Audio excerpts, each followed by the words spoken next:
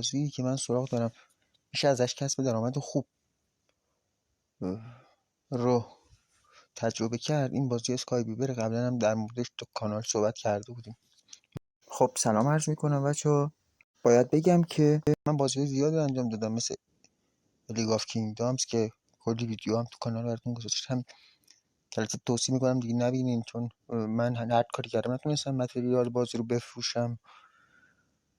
اما خب اسکای ویور این پتانسیل داره که خیلی درآمدهای خوبی رو نصیب خودتون بکنید. چطور؟ الان بهتون میگم. ببینید دوستان، مثلا کسایی که رنگ‌های 1 و 2 هستن ببینید درآمدشون الان چنده. بذارید ما بریم مارکت قیمت کارت ها رو ببینید.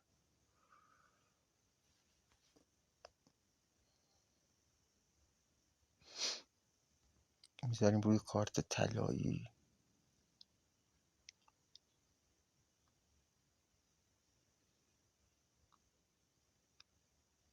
متاسفانه کم نت ضعیفه.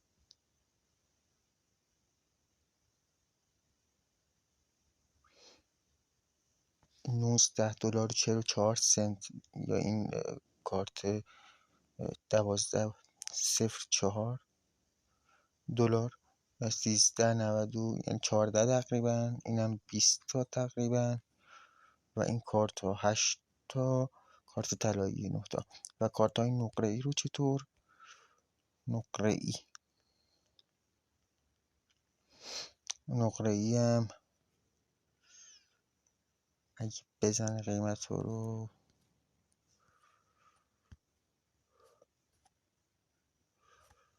از 3 دلار داره.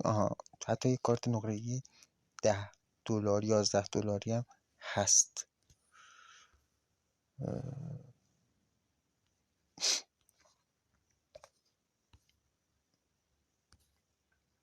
دیگه کمترینشون دوستان 80 90 سنته. مثلا 5 دلار این کارت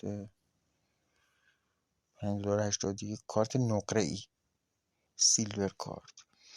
خب دوستان الان توی رنگ که بریم شما اگه بتونید در طول هفته با بازیایی که انجام میدید توی صدر 40-50 نفر اول قرار بگیرید بهتون هولوش 10 تا کارت نقره ای میده و 2-3 تا هم تیکت بهتون میده. میبینید مثلا ایشون نفر اول 10 تا کارت نقره ای به علاوه 2 تا تیکت که میتونید تو کانکوست بازی کنید که باش کارت طلایی ببرید. کارت طلایی رو فقط اینجوری میتونید ببرید. و اینکه مثلا حالا بیان ببینیم که این بازیکن‌ها مثلا بعد از این بازیکن‌های حرفه‌ای هستن چند تا کارت مثلا طلایی تا حالا بردند. مثلا ایشون رو ببینید 1336 تا کارت طلایی داره و توی بازی برده. یه چینیه و یکی از سردمداراست. حالا حساب کنید چند میشه. مثلا برم این مستر دایجانگ بود، فکر کنم نزدیک 3000 تا کارت طلایی برده بود رفقا و اصلا یه چیز عجیب غریب. الان یه دونه نوشته با 32 تا کارت نقره ای. نه ایشون نبود.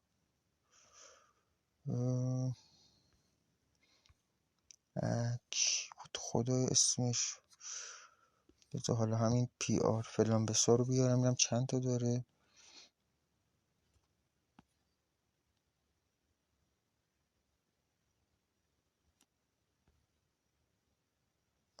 این که مال منه. چی؟ شاید قفله نمیخواد کسی ببینه. اینم احتمالا همینطور.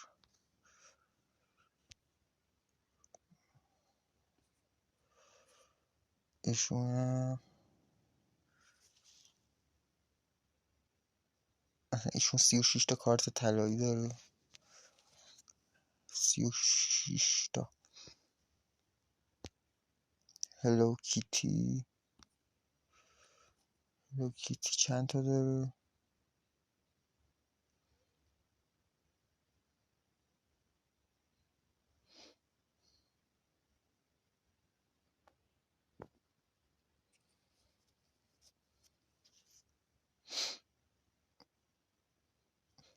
هیچی نداره. خب جالب بود برام که 300 تا از کارتا رو بیشتر به دست نیاورده. کلا چند تا بازی کرده؟ 3 تا بازی.